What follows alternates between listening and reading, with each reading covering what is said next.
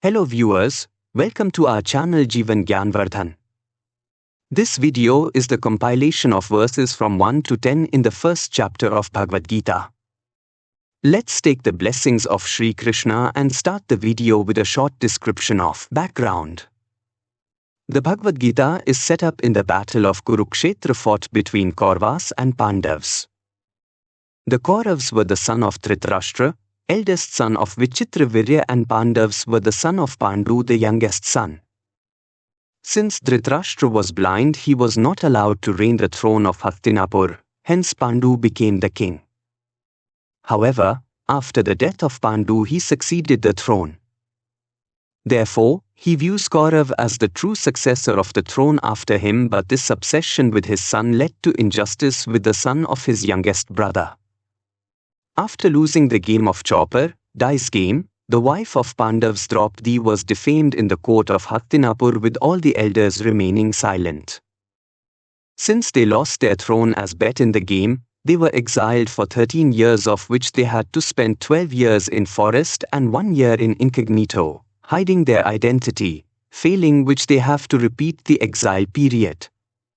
On their return, Lord Krishna was sent to court of Kauravas for treaty, but Duryodhan with pride denied to give them not even a pinch of land. Disrespect of Draupadi and denial of throne became an immediate cause of war of dharma at Kurukshetra. Chapter 1, Verse 1.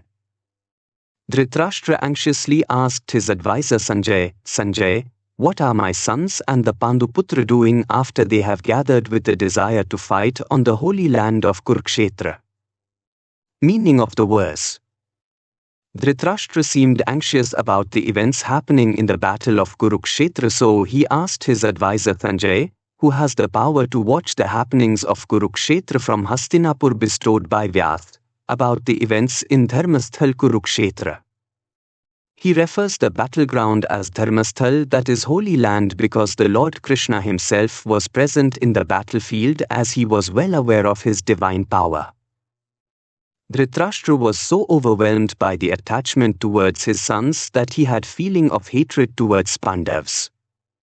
Hence, he addressed Kauravas as my son and Pandavas as Panduputra.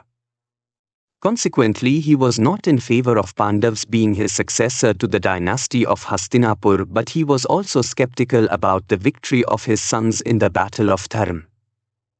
That's why he was extremely concerned about the events taking place at the battlefield. Morals from the verse. This verse postulates that attachment towards one's children should be to a limit that it does not cloud the sense of justice and righteousness. Had he tried to guide himself and his son on the path of dharma, perhaps the war would have never happened. Curtailing wrongdoing, especially of our loved ones, may make their actions unnoticed for a period of time, but these actions might lead to their downfall. We sometimes feel jealous of others' success and feel happy only when we succeed. This kind of selfish attitude needs to be shunned. One should refrain from indulging in such stupidity. Chapter 1, Verse 2. Sanjay told Dhritarashtra that King Duryodhan approached his commander-in-chief Dronacharya for support after viewing the army formation of Pandavas. Meaning. For the sake of uplifting the demotivated Dhritarashtra, Sanjay addressed Duryodhan as king. This implies that Sanjay was empathetic towards Dhritarashtra, not because he was his king but because he was a father who was worried about the success of his children, despite knowing the fact that chances of their victory are very thin. Moral from the verse. No matter how sinful a person is, one should be sympathetic towards his condition, not because we have no value towards righteousness, but because we should be empathetic towards their condition and suffering and not the person itself. The thought of unrighteousness is sinful, not the person. In this world, actions like corruption, misconduct, discrimination and tyranny have corroded the society, but in the end the person associated with it is punished, however little efforts are made to understand the cause to such evil. Without resolving these evil in the society by discouraging such action, they will remain uncured and will happen continuously. From the second line of the verse, The approaching of Duryodhan towards his teacher Dronacharya shows that, when we feel ourselves in a brainstorming situation, we should take guidance from our master so that we do not lead our path astray and reduce chances of fatal mistakes. Verse 4, 5 and 6. Behold, in their ranks are many powerful warriors, like Yuyudhan, Virat, and Drupad, wielding mighty bows and equal in military prowess to Bhim and Arjun. There are also accomplished heroes like Dhrishtaketu, Chekitan, the gallant king of Kashi, Purujit, Kunti Bhoj, and Shaibya, all the best of men. In their ranks, they also have the courageous Yudhamanyu, the gallant Uttamaja, the son of Subhadra, and the sons of Draupadi, who are all great warrior chiefs. Explanation. As seen in the previous video, Duryodhan's fearful state of mind is evident. However, Drishtadyumna was not much of a difficulty to handle, but the Pandavas had other strong allies along with Bhim and Arjun such as Yuyudhan, Virat and Drupad. Duryodhan considered them as a strong barrier between him and victory.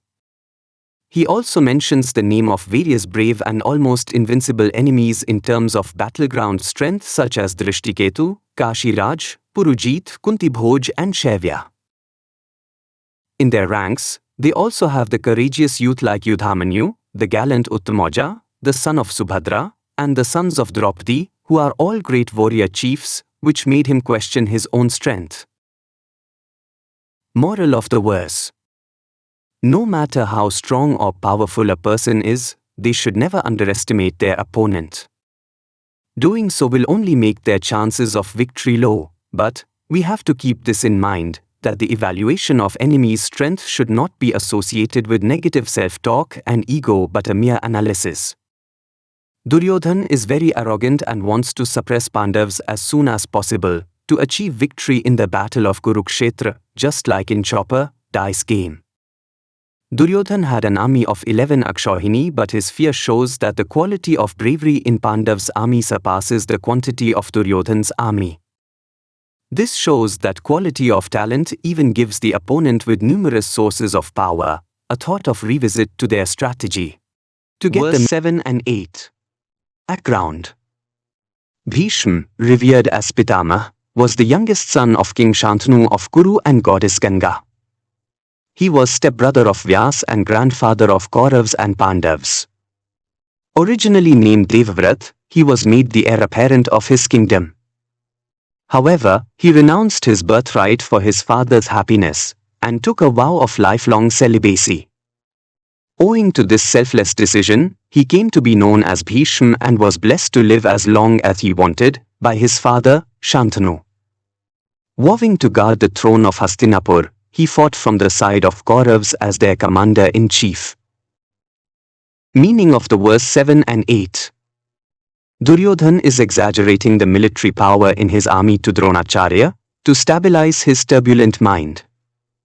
He explains that his army has strong and invincible warriors like Bhishma, Karna, Dronacharya, Kripacharya, Ashwathama, Vikaran and Bhurishavan son of Somdatta, which remained victorious in all their battle. They are all closely related to Duryodhan and Dronacharya and thus participating in the battle. Viewing strong enemies, Duryodhan is comparing their military power with his.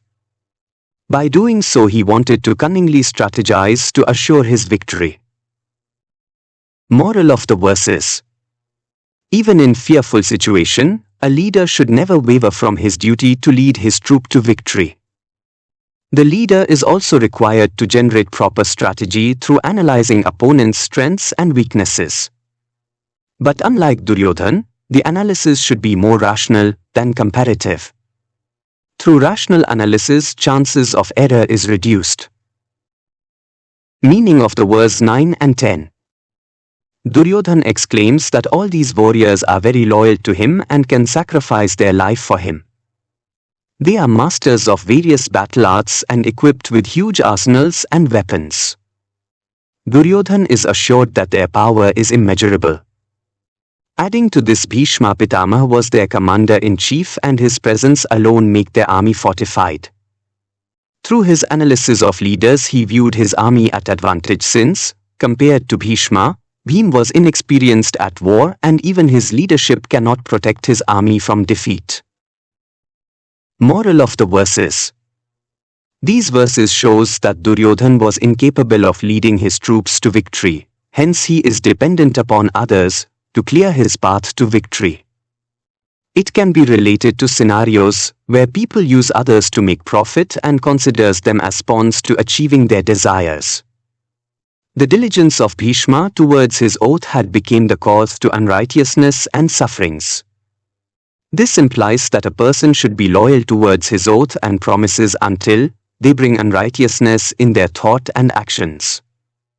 From the comparison between Bhim and Bhishma, even though Bhim was in advantage of age and stamina against Bhishma but was inexperienced in battle experience. This shows that no matter how much a person is advanced in technology and techniques, without experience they cannot achieve excellence in their tasks. To get the meaning of all the other similar verses and the knowledge gained from it, subscribe to our channel Jeevan Gyanvardhan so that you can get notification of all upcoming videos.